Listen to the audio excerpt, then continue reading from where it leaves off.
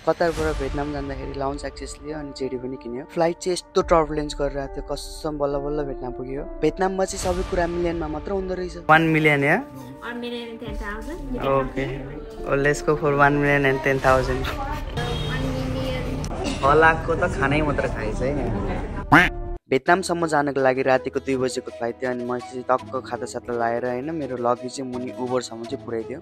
उबरबाट sir र म हमर इन्टरनेसनल एयरपोर्टसम्म पुग्यो। त्यहाँ चाहिँ मलाई अमित दाइले कुरिरहनु भएको थियो र त्यहाँबाट चाहिँ हामी चेक इन काउन्टरसम्म चेक इन गर्न पुग्यौँ। कतारदेखि भियतनामसम्म जानको लागि हामीलाई भिजा चाहिन्छ, भ्यालिड पासपोर्ट चाहिन्छ अनि फ्लाइट टिकट चाहिन्छ। हामी कता एयरवेजको स्टाफ भएर चाहिँ हामीलाई स्टाफ टिकट पाइन्छ अनि हामी इमिग्रेसन सकाएर चाहिँ अलमहा लाउन्जसम्म पुग्यो। अलमहा लाउन्जको एक्सेसको लागि चाहिँ हजुरहरूलाई क्रेडिट कार्ड चाहिन्छ अनि भिजा कम्पोनेन्ट भन्ने एप चाहिँ डाउनलोड गर्नुपर्ने हुन्छ।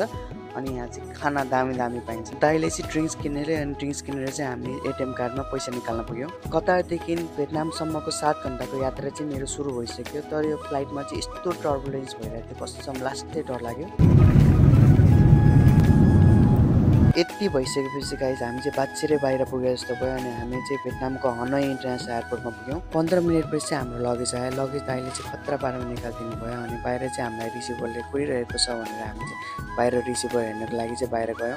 होटेलको रिसिभर पनि भेट्यो अनि हामीले त्यति लङ टाइमसम्म चाहिँ कुर्नु पर्न, किनभने हामीले अगाडि नै ट्रान्सपोर्टेसन बुक गरिसकेको थियो अनि फाइनली हामी चाहिँ होटेल पुग्यौँ। 1 million या 1 million and 10,000. Okay, let's go for 1 million and 10,000।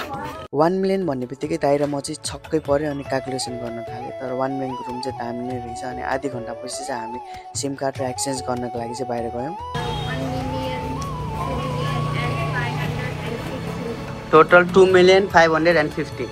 Okay, now I am millionaire. Millionaire भएपछि चाहिँ अब दाइले हामी पोर्क खान जानुपर्छ भन्नुभयो अनि हामी चाहिँ आधी घन्टासम्म पोर्क खाने ठाउँ खोज्दा खोज्दा चाहिँ बल्ल बल्ल पोर्क खाने ठाउँ भेट्यो। पोर्क आउनको लागि चाहिँ आधी घन्टा टाइम लाग्ने रहेछ। त्यही भएर चाहिँ हामीले चिकन फ्राइड राइस र नुडल्स अर्डर गऱ्यो अनि हामीले खाना थाल्यौँ। फाइनली पोर्क पनि आइपुग्यो अनि पोर्क चाहिँ दामी डेकोरेसन गरेर आएको रहेछ अनि दाइले चाहिँ हातले नखाने भन्न थाल्यो होइन अनि हामीले चाहिँ के हातले नखाने भनेर पुरै हातले खान थाल्यो होइन। दामी दामी मिठो रहेछ गाइस पोर्क पनि।